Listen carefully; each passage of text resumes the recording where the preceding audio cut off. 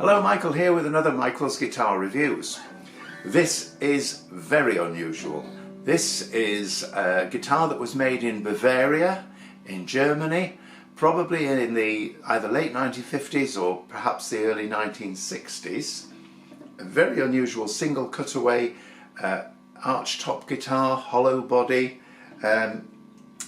It's got a sort of more of a contemporary type headstock, one that you see more with solid electric guitars.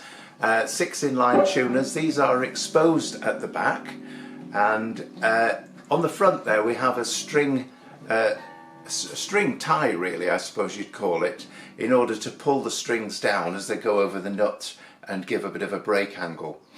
The nut itself is a metal one.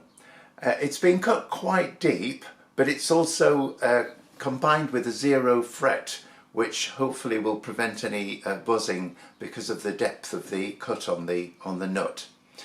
The neck itself, the wood, is a very difficult one to determine as to what it is. It's definitely not maple.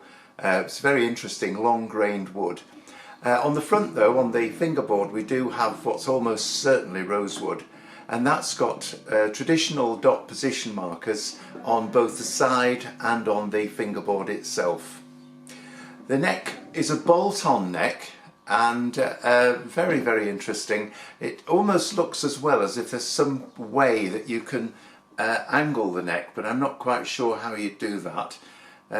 It's also got two covered pickups, very unusual pickups there.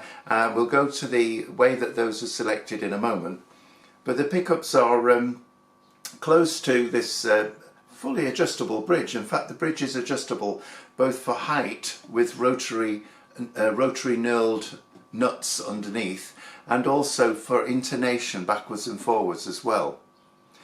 This guitar has a vibrato unit, which is extremely unusual. This I believe to be the original one, although at some point in its life it did have a replacement with a Bigsby type vibrato unit, which has been taken off and replaced with the original. It's quite an agricultural looking device, but it does work, and I suppose it's a symptom of its era, really, when things were made a little bit less aesthetically pleasing and a little bit more functional. A nice little tortoiseshell type pickguard here at the front, quite small, but then that's to allow for the fact that the controls that we have on this guitar, which again are quite unique and unusual, they would otherwise get in the way of that pickguard. This first control, which has a lever at the side, is a swell control. So in other words, you can swell the sound, and apparently the original catalogue said that it makes the guitar sound like an organ. We've got 4 rotary controls here. There are 2 volume, 1 for each pickup, and 2 tone controls. So traditional type rotary controls, rotate them clockwise and you get an increase in volume, anti-clockwise decreases. And as far as the tone controls are concerned, again, very traditional. Clockwise gives you a more trebly sound, anti-clockwise a more bassy sound. And the standard jack input here as well for the lead. 2 F-holes. The guitar looks for some reason like it might be laminate construction. It's very difficult to tell, and there's very little actual information available on this particular one. The controls for pickup selection are on a small plate which is on the upper bout, and they are single position slide switches, and it appears that this one, the first of them, will go either to bring on or to kill the pickup that's closest to the neck. The one beside it the same. This one here is more of a a very subtle tone changing control, and the one right at the very top, that's the one that you may bring into play that swell facility, or leave it altogether, depending on which way the control is configured. But overall, an interesting guitar. The action perhaps a little bit tiny little bit high. It could be adjusted very easily though, depending on the preferences of the player. That's very easy to adjust with the bridge height and the saddle height. But overall, a very interesting guitar, lovely colour, and it's aged. It's very aged, and it looks lovely. You've got nice binding around the edges there, which has been presumably there from when it was originally built. So it's certainly stood the test of time, and it's lasted very well. As far as sounds are concerned, well, let's have a little listen. In no particular order, we'll just play around with some of these tone controls and try to demonstrate some of the different sounds that you can get. Okay, here we go. Both the pickups are on together now, and I've got the tone controls, the rotary tone controls are set round to the most trebly side. So we'll just have a little play with that, and then we'll move around from there.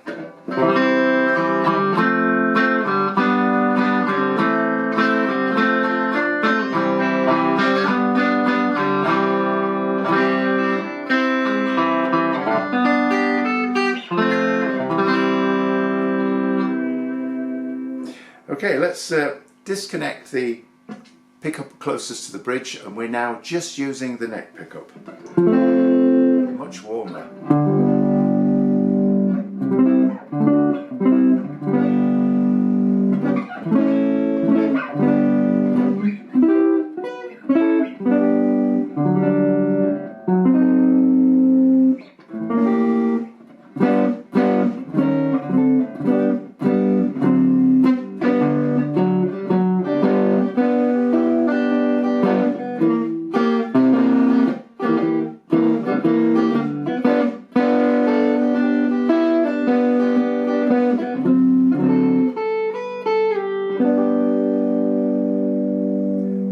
Let's bring the bridge pickup in and take the neck pickup off altogether.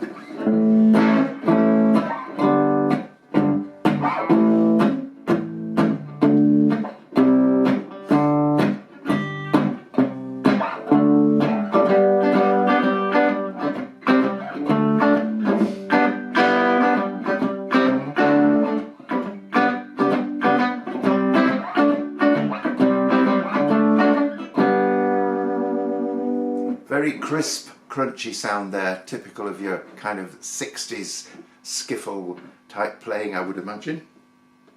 Let's just have a little play with this swell control and see what that sounds like.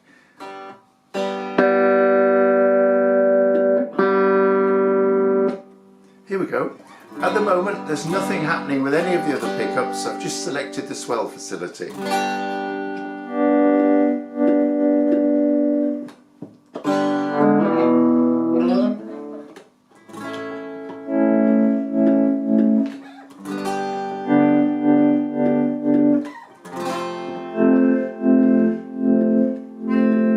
It's an interesting effect, although the practical elements of it aren't immediately obvious. But yeah, interesting change in sound.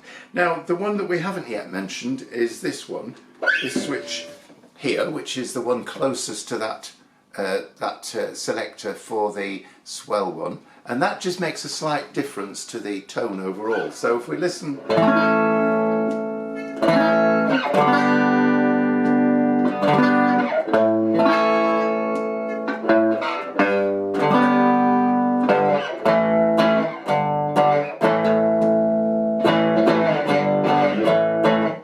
It seems to make a slightly darker sound, or a slightly more bassy sound, when it's brought towards the top of the guitar.